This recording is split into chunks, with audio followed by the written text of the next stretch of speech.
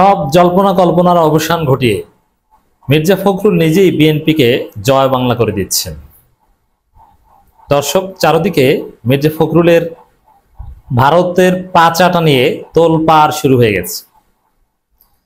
আমি মির্জা ফখরুলের যে বক্তব্য এটা অলরেডি অ্যানালাইসিস করেছি। তিনি যেটা বলেছেন, আমার দেশ, তার ওই সাক্ষাৎকার নিয়ে সুন্দর শিরোনাম দিয়েছে, নির্বাচনে আওয়ামী লীগ ও জাতীয় পার্টিকে চান মির্জা ফখরুল। মজা না? যা ভালো মনে করেন আপনারা করেন। তার এই বক্তব্যের মধ্যে একটা দিক আছে যে জামাত ইসলামী নাকি 30টা আসন চেয়েছে, কিন্তু না, জামাতকে কোনো আসন দিব না, আমরা মাথায় তুলব না। এটা মিথ্যা কথা। মির্জা ফখরুলের বাপ মিথ্যুক ও নিজে মিথ্যুক, মিথ্যুকের গোষ্ঠী মিথ্যুক, মিথ্যুকের জন্ম মিথ্যুক। জামাত কখনো 30 আসন চায়? আরে জামাত 151 আসন নিয়ে ক্ষমতা আসবে, তোমার কাছে 30 আসন চাইতে যাইবে কেন?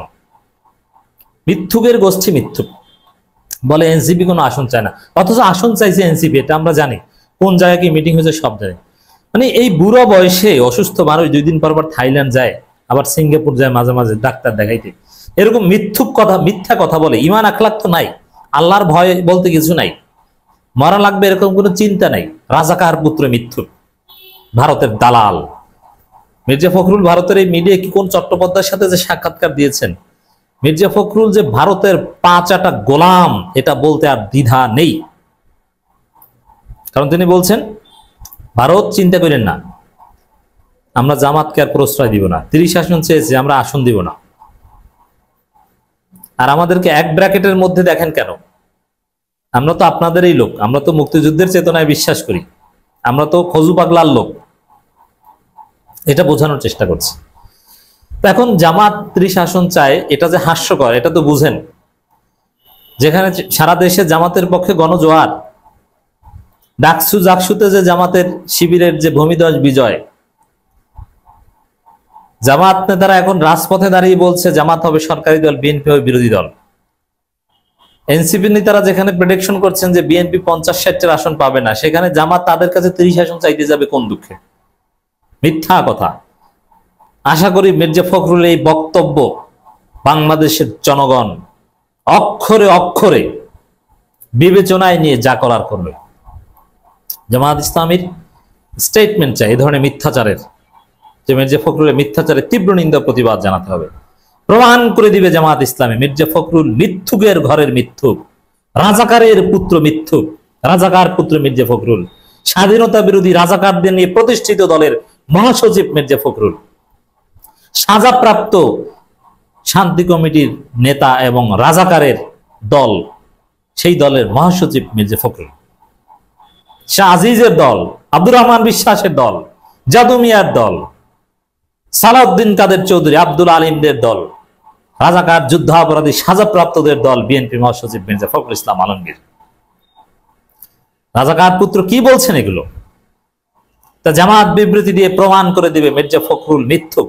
এবং আমি আশা করি জামাত বলবে এই মিথ্যাচারের জন্য মির্জা ফখরুলকে ক্ষমা চাইতে হবে। কেন জামাতের বিরুদ্ধে মিথ্যাচার করলো, তাও ভারতীয় মিডিয়া। মানে ভারতের কাউকে পেলে আর মাথা ঠিক থাকে না, পাগল হয়ে যান, বেপরোয়া হয়ে যান, যা ইচ্ছা তা বলি।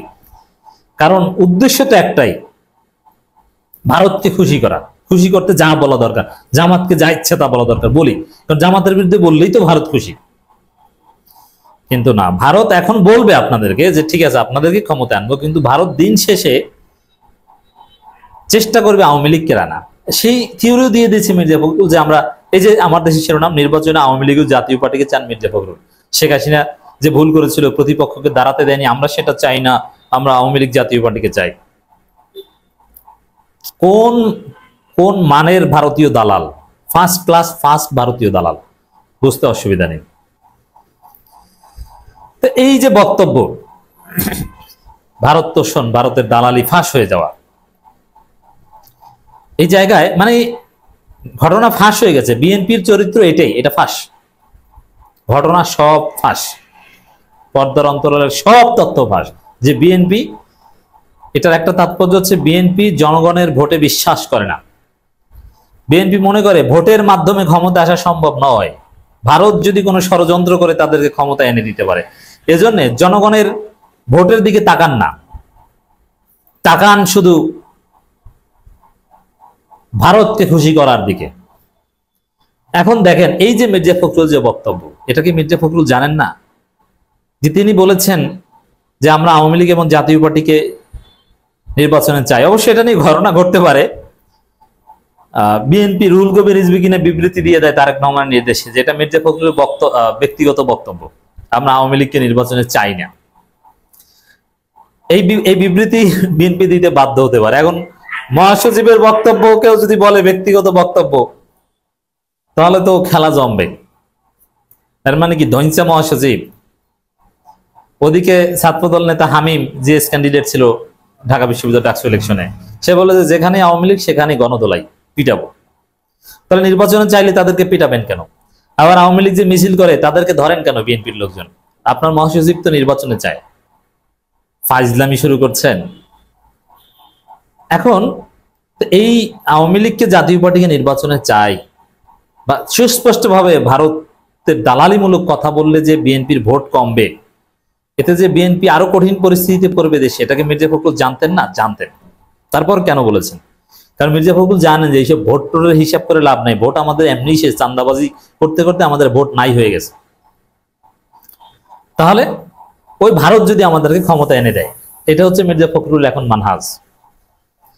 এখন এই সব বক্তব্য, এই যে বিএনপির চরিত্র, তারা আওয়ামী লীগকে চায়, জাতীয় পার্টিকে চায়, ভারতকে খুশি করতে চায়, জামাতকে, ভারত বিরোধী জামাতকে বিএনপিকে এক বন্ধনীতে রাখছে কেন, খুব কষ্ট মির্জা ফখরুলের।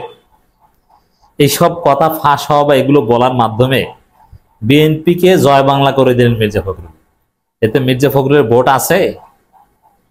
এতে যা ভোটার আছে, জাতীয়তাবাদী খালেদা জিয়া, জিয়াউর রহমান পন্থী যারা আসলে, তারাও তো এখন লাথি মারবে বিএনপিকে।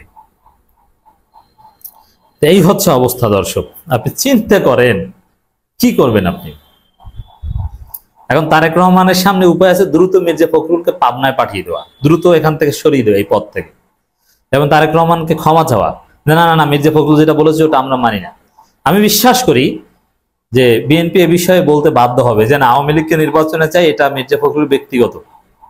নিষিদ্ধ দলকে নির্বাচনে চায়, কত বড় জঘন্য, কত বড় রাষ্ট্রদ্রোহী, দেশদ্রোহী ভারতের এই দালাল রাজাকার পুত্র মির্জা ফখরুল।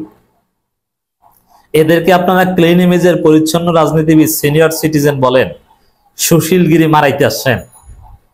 ভারতের দালালদের ক্ষেত্রে সুশীলগিরি দেখান।